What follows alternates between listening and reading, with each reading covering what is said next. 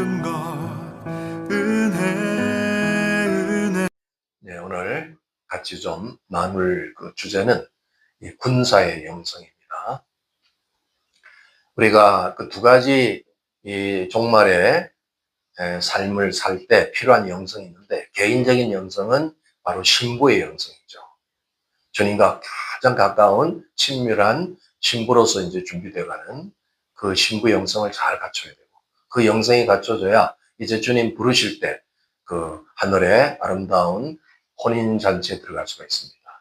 그러나 이제 또 두 번째 영성은 이 모든 이 세상에 하나님이 지상명령을 이루기 위한 영성, 그것이 바로 사역적 영성이죠.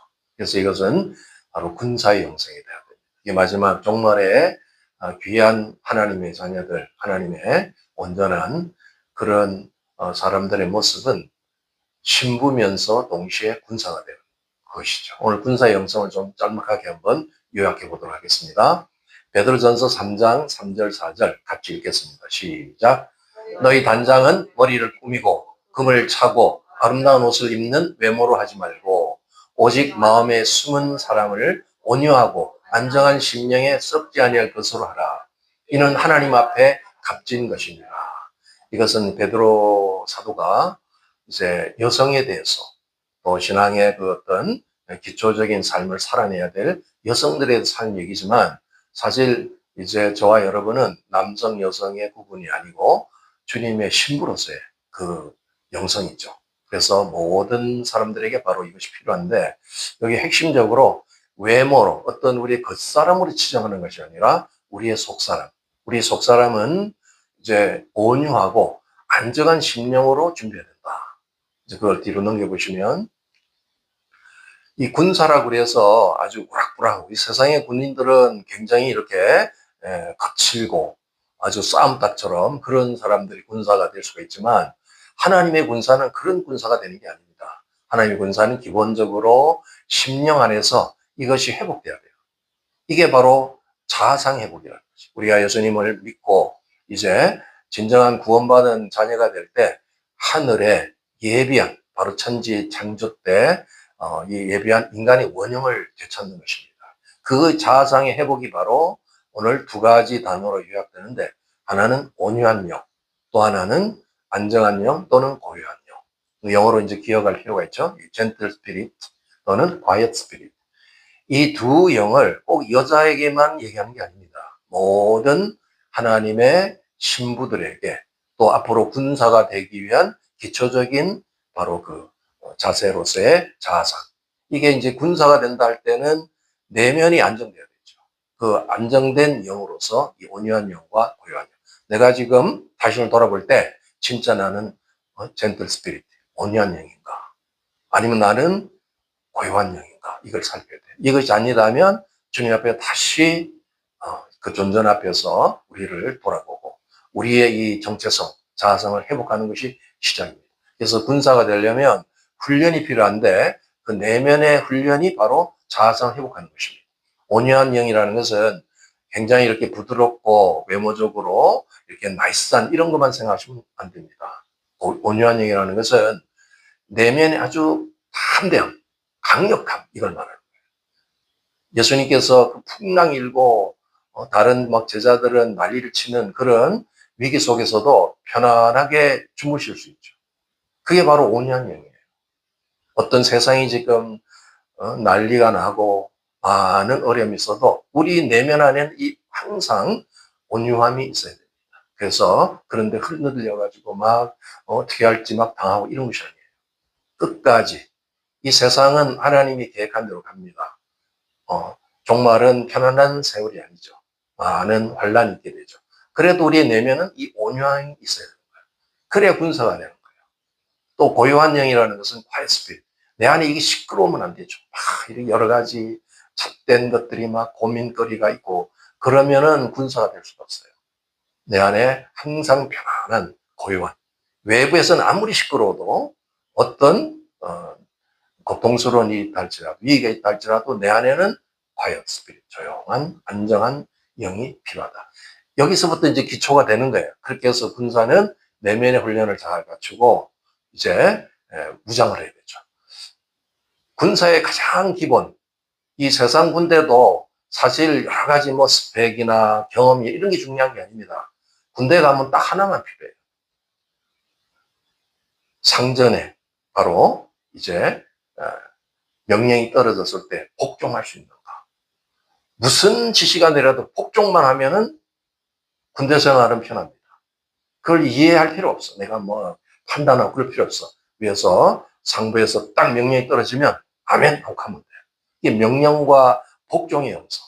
군사는 그 복종의 영성이 필요합니다. 주님이 끊임없이 우리에게 말씀하시고 명령할 때 그걸 붙들고 나는 어떤 내 사견이 개입되지 않는 주님의 뜻만 따라가는 복종. 그게 바로 이제 충성이라는 거죠. 충성은 어떤 내 의견을 내놓는 게 아니에요. 하나님이 뭐라고 하면 아멘 하고 가는 거죠. 또 이건 생명의 위탁이라는데, 위탁이라는 것은 완전히 나를 맡기는 거예요. 내가 진짜 주님을 사랑하니까 주님이 나를 가장 아름답고 형통한 길로 인도할 거라는 믿는 거죠. 그 믿음이 있기 때문에 내 생명을 그냥 드리는 거예요. 그래서 최고의 영성은 나를 그냥 맡기는 거예요. 이제 주님 뜻대로 하십시오. 내 사견 중요하지 않습니다. 주님이 죽으라면 죽고 살려면 살고 가라면 가고, 그게 바로 군사의 영성입니다. 이제 다윗과 그 삼인의 용서에 아주 유명한 일화가 있죠.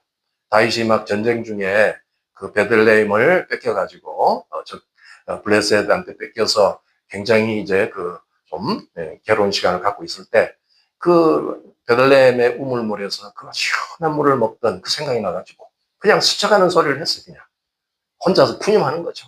저 샘물을 먹으면 참 시원할 텐데 그랬는데 그 소리를 충성스러운 삼인의 용사가 들은 거예요. 그 주군인 다윗이 그냥 스쳐가는 소리인데도 그거를 붙들고 적진지에 들어갑니다. 목숨을 걸고 거기에 어마어마한 군대가 있는데 세 사람은 용기를 내서 그 뚫고 들어가가지고 베들레헴에 가서 우물물을 떠서 가져오는 거예요. 그게 꼭 다윗은 제가 볼 때 참 저런 용사 있다는 게 얼마나 행복한지 몰라. 그 물을 어떻게 먹겠어요? 이거는 죽음을 각오하고 이 생명의 물이다 해서 자기가 먹지 않고 여호와의 전에 붓죠. 그와 같은 위탁. 우리가 주님을 진짜 사랑하는 그런 주님의 사람이 된다면 나를 그냥 맡기는 거예요. 주님이 알아서 하십시오. 그게 위탁이야. 이게 명령과 복종은 사실상 그냥 억지로 복종하라는 게 아니라 내가 정말 주님을 사랑하고 신뢰하니까 주님이 나를 가장 확실한 길로, 가장 좋은 길로 인도할 수 믿으니까 그냥 주님이 명령하면 아멘하고 가는 거예요. 이게 바로 군사의 영성입니다. 그래서 군사는 뭐 이렇게 토를 달지 않습니다. 그냥 얘기하면 아멘으로 가는 거예요. 여러분에게 그런 영성의 길을 예수님 축복합니다. 또 우리에게 이제 전술이 좀 필요하죠. 그 로마의 아주 정예 부대가 갖춘 바로 저 무기, 이제 자신을 보호하는 보호 장비서부터 싸우는 무기까지 이렇게 에베소서 6장 13절부터 자세히 말씀하고 있는데, 한번 저기 이제 위에서부터 밑으로 쭉 보면 기억하기 좋죠.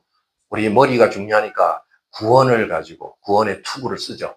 저것은 우리의 가장 머리를 보호하는 장비고, 그 다음에 이제 좀 밑으로 내려오면 의의 흉배, 이게 단단하게 붙이죠.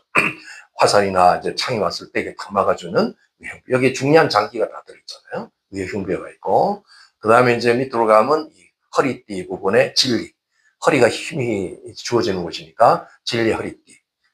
그리고 이제 왼손 오른손에서 왼손은 믿음의 방패, 방패는 클수록 좋죠. 그래서 자기를 보호하는. 그 다음에 이제 오른손에는 싸우는 바로 검, 성령의 검이 있죠. 로마 군대의 검은 좌우에 날선 그런 검으로서 아주 무서운 검이죠. 양쪽으로 다 쓸 수 있는 검을 갖고 있는. 그게 성령의 검. 예리한 검으로서 적을 완전히 베어버리는 거죠.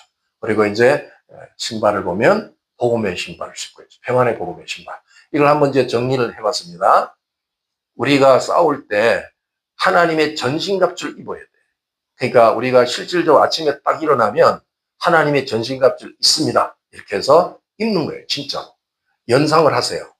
저 그림을 연상해서 쫙쫙쫙 저 머리서부터 입어요. 처음에는 잘 안 되니까 머리를 생각해서 구원의 투구를 쓰고 의의 흉배를 붙이고 진리의 허리띠를 띠고 또 이제 믿음의 방패, 성령의 검, 복음의 신발 신습니다. 이렇게 하는데 이제 많이 속할 때도 보면 아침 일어나면서 연상을 하면서 하나님의 전신갑주를 입습니다. 그러면 촤촤촤 해줘요. 군인이 맨몸으로 나갔다는 그냥 죽는 거예요. 그러니까 우리가 군사라는 사실, 지금 여기가 전쟁터라는 사실은 여러분 다 기억하고 계시죠? 여기가 평화시대가 아니에요. 엄청난 지금 싸움이 진행됩니다. 종말의 때가 되면은 영들이 어마어마하게 활동합니다. 여러분이 느낄 거예요.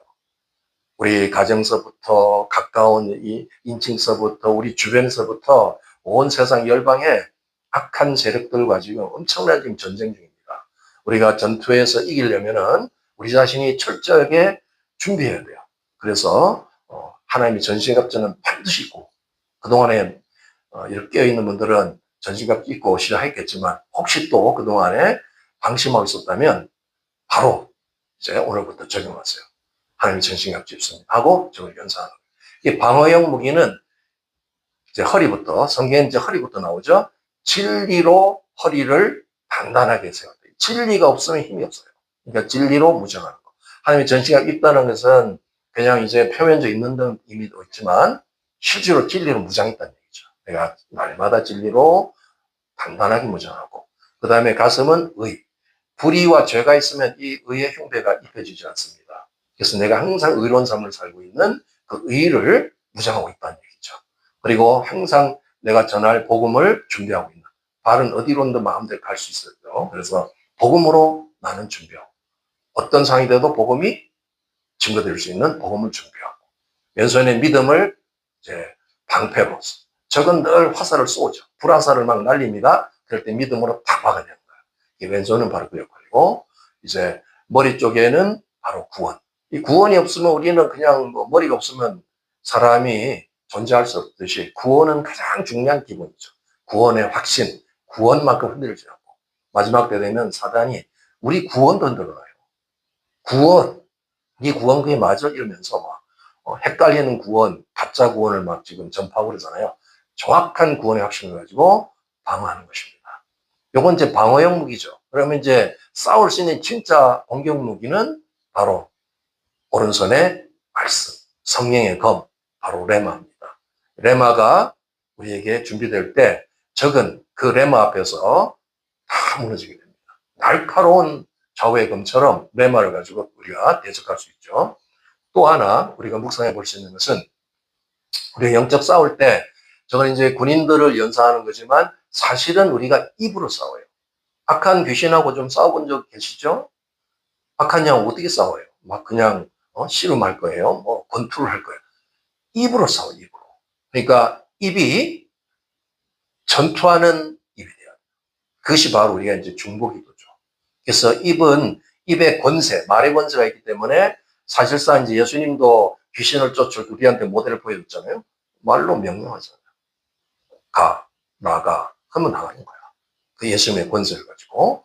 그래서 우리가 이제 입은 두 가지 방법이 있는데 주님을 향해서 우리의 도움을 구할 때는 주님 앞에 간절히 부르짖는 기도를 해야 되죠. 그게 우리 이제 중보기도를 모일 때 같이 협심해서 합력 기도할 때 이렇게 막 부르짖는 기도는 주님 앞에 우리가 나가는 또 하나의 전술이죠. 그러나 적에게 이제 악한 영에게 명령할 때 명령 기도. 그럴 때는 그냥 명령하면 되는 거죠.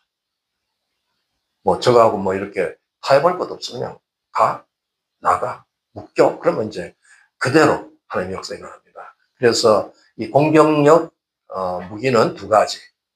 말씀을 좌우의 날성검을 늘 준비해서 레마로 언제나 준비하고 있어서 적을 섬멸하고 또 우리의 이제 입은 하나님을 향해서 막 도움을 구하는 그런 중보, 부르짖는 기도와 또 적에게 직접 명령하는 명령 기도. 이걸 통해서 우리는 싸울 수 있습니다. 이제 그 다음 넘겨보시면 가장 중요한 전술, 이 모든 것이 권위에서 나오는데 그 권위의 근거는 바로 예수 그리스도의 이름의 권세죠. 그 이름이라는 것은 인격적인 거예요. 성경의 이름이 중요하잖아요. 이름. 우리도 내 이름을 더럽히지 않는다 할 때 그 이름의 인격성은 그 사람 존재 자체가 내 이름이 바로 나라는 존재죠. 그러니까 예수 이름을 사용한다는 것은 예수님이 그 현장에 나타난다는 얘기예요. 우리가 영적 전쟁할 때 예수 이름을 사용하는 것은 그 현장에 예수 이름을 통해서 예수님이 실존하는 거예요. 그걸 여러분이 잊지 않으셔야 됩니다. 왜 어떤 사람은 예수 이름을 사용하는데 확신이 없어. 그러면 전쟁에서 이길 수 없어요. 주님이 이곳을 함께 하시고 내가 예수 이름을 사용할 때 바로 주님은 그 자리에서 함께 동행하시고 역사한다는 믿고 사용하는 거예요. 예수 이름의 권세. 우리가 예수를 믿으면 참 너무나 이게 축복이 많은데 저와 여러분이 예수를 믿을 때 하나님의 자녀된 권세를 받게 되죠. 자녀가 되었기 때문에 당연히 하나님의 아들 권세를 사용할 수 있는 거예요. 그 권세를 어떤 분은 잘 쓰질 않아요. 어마어마한 권세가 있는데도 불구하고 쓰질 않죠. 왜 그러냐면 자신이 없어요. 왜 평소에 저 예수 이름을 자주 쓰려면 저 권세를 활용하려면 기본이 주님하고 충만한 관계를 맺고 있어야 돼요. 그게 신부 영성에서 핵심적인 그런 정결함. 늘 주님하고 주님이 거룩하신 분이니까 우리가 정결함을 추구해야 되는 거죠. 또 주님 앞에 가까이 늘 대면하고 어떤 기회가 있는 대로 자꾸 주님을 교제하고 싶어 해서 그 친밀함을 유지할 때 예수 이름을 당당하게 쓸 수 있는 거예요. 예수 이름을 권세가 쓴다는 것은 평소에 내가 어떤 인격성을 갖고 있는가, 주님과 어떤 관계 속에 있느냐에 따라서 권세가 전혀 다르게 나타납니다. 어떤 분들은 예수 이름 그럼 잘 쓰지를 못해. 자신이 없어. 왜냐하면 주님하고 평소 관계가 안 좋아서. 그러니까 우리가 그런 준비가 있다면 예수 이름을 마음껏 쓸 수 있어요. 그리고 놀라운 일들은 그 예수 이름으로 권세를 가지고 명령한 일이 그대로 눈에 우리가 안 보이는 영의 세계도 그게 다 이루어지는 거예요. 내가 놀라운 일을 많이 시험했어요. 제가 이제 영적 사역을 하면서 예수님의 권세로 명령할 때 실제로 그런 일이 막 일어나더라고요. 막 천사들이 동원되고 어둠들이 막 잡혀가고 막 포승질에 잡혀가고 이런 일들이 그 영안을 열어서 이제 확인될 때 얼마나 놀라운지 모릅니다. 그래서 우리가 그걸 뭐 실제로 내가 경험을 못하고 내가 그것을 실제 못 본다 할지라도 예수님의 권세에는 약속이 있으니까 그걸 쓰라는 거예요. 마지막 우리가 쓸 수 있는 건 예수님의 권세예요. 그래서 악한 영을 대적할 때도 예수 이름을 사용해서 권세를 사용해서 대적하면 꼼짝 못해요. 그 이름 앞에 막 부들부들 뜨는 거죠. 그리고 이제 우리는 성령의 권능을 받아야 돼요. 사도행전 1장 8절에 우리가 이제 약속을 받았죠. 성령이 임하시면 권능을 받고 성령이 임하신 다음에 권능이 임하는 거예요. 그 권능을 받고 예루살렘, 온 유대, 사마리아 땅 끝까지 이르러 내 증인이 된다. 주님의 증인은 권능이 있어야 되는 거예요. 그 권능은 이제 보통 우리가 나타날 때 두 가지 방법이죠. 성령이 우리 안에 임재하시면 성령님이 이제 충만할 때 바깥으로 드러나져요. 성령님이 나타나는 게 은사라고요. 그 은사를 지금 얼마나 대적하는지 모릅니다. 이 교회들이 지금 타락해가지고 은사를 부인하고 은사 종식론이 나오고 그러는데 그런데 따라가면 안 돼요. 성령님이 자연스럽게 나타나지는 게 은사예요. 그 은사는 잘 사용할 수 있고 저거는 영적 무기니까 우리가 무기를 잘 쓰면은 많은 열매를 맺잖아요. 그와 같이 권능이 임하면은 은사가 자유롭게 활동할 수 있고 기름 부음이라는 것은 이제 그때그때 즉각적으로 임하는 하늘 보좌에서 내려오는 강력한 성령의 임재라고요. 우리가 내주하는 성령도 계시지만 이제 그때그때 우리의 필요에 따라서 하나님 나라의 일을 위해서 기름을 부어야 되는 거예요. 그러니까 이 기름 부음과는 가장 가까운 게 우리가 늘 주님 앞에 대면해서 기도할 수밖에 없어. 기도하지 않는 사람은 기름 부음이 임하기 어렵죠. 그래서 그때그때 우리가 부르짖고 주님의 도움을 청할 때 기름이 부어지는 거예요. 그래서 그 기름 부음의 역사는 은사보다 몇십 배 강력한 폭발적인 능력이 나타납니다. 은사도 강력하지만 기름 부음이 역사해버리면 그냥 끝나는 거예요. 그래서 권능으로 역사할 때 우리가 그러면 어떻게 성령의 권능을 잘 쓸 수 있는가? 저게 핵심적인 단어죠. 한번 같이 읽어보겠습니다. 시작. Hear and obey. 딱 두 마디야. Hear는 하나님의 음성을 잘 들어야 돼. 하나님 내게 뭘 감동을 주냐? 잘 듣고 그 다음에는 순종하는 거야. 복종 또는 순종. 그러면 성령의 권능이 나타나요. 내가 하고 싶은 걸 하는 게 아니고 주님이 하라고 하는 그 일을 내가 순종하면 권능이 강화되는 거예요. 이런 방법을 통해서 우리의 군사의 영성이 날마다 강력해집니다. 어차피 우리는 싸워야 어둠의 세계를 몰아내고 하나님 나라가 확장되는 거예요. 지금 예수님은 이미 십자가에서 다 승리를 해놓으셨죠. 그 기반을 통해서 이 어둠의 세력들, 사단도 다 패배자고 이제 패잔병들인데 이 애들이 얼마나 지금 교회가 무능한지, 교회가 지금 잠들어 있으니까 아주 이제 그냥 주인하려고 덤벼들고 교회를 무너뜨리고 지금 그런 시대가 됐죠. 그러나 끝까지 남은 자도 있어요. 거기에 이기는 자들이 남아서 요한계시록에 하나님이 계속 강조하는 것은 이기는 자가 되어야 돼요. 그런데 패배자가 되지 말고 이기는 자가 되려면 저 군사의 영성을 무장해가지고 잘 싸워야 됩니다. 가까우면은 내 안에서부터, 내 안에 있는 어둠서부터 몰아내고, 내 가정서부터, 내 주변서부터, 또 교회와 사회와 나라를 위해서 우리가 이제 저 전술을 쓰게 되면 우리가 막 걱정 근심하는 그 시간에, 아이고, 그 시간에 우리는 저 능력을 쓰는 겁니다. 그래서 오늘 이 밤에도 중보할 때 감동에 따라서 어이구, 이 세상이 왜 이래 가나, 그 고민할 것이 아니고 사용해야 돼요. 예수님의 권세로 어둠을 묶고 결박하고 우리가 할 수 있는 역할을 감당할 수 있는 그런 밤이 되기 원합니다. 오늘 저와 여러분이 이와 같은 군사의 영성을 무장해서 하나님의 지상명령이 이 땅에 이루어지기를 예수님 축복합니다. 우리 주여 한번 부르짖고 이 영생 우리에게 접목되게 해달라고, 오늘 하늘을 열어서 우리에게 부어달라고 우리 주여 한번 부르짖고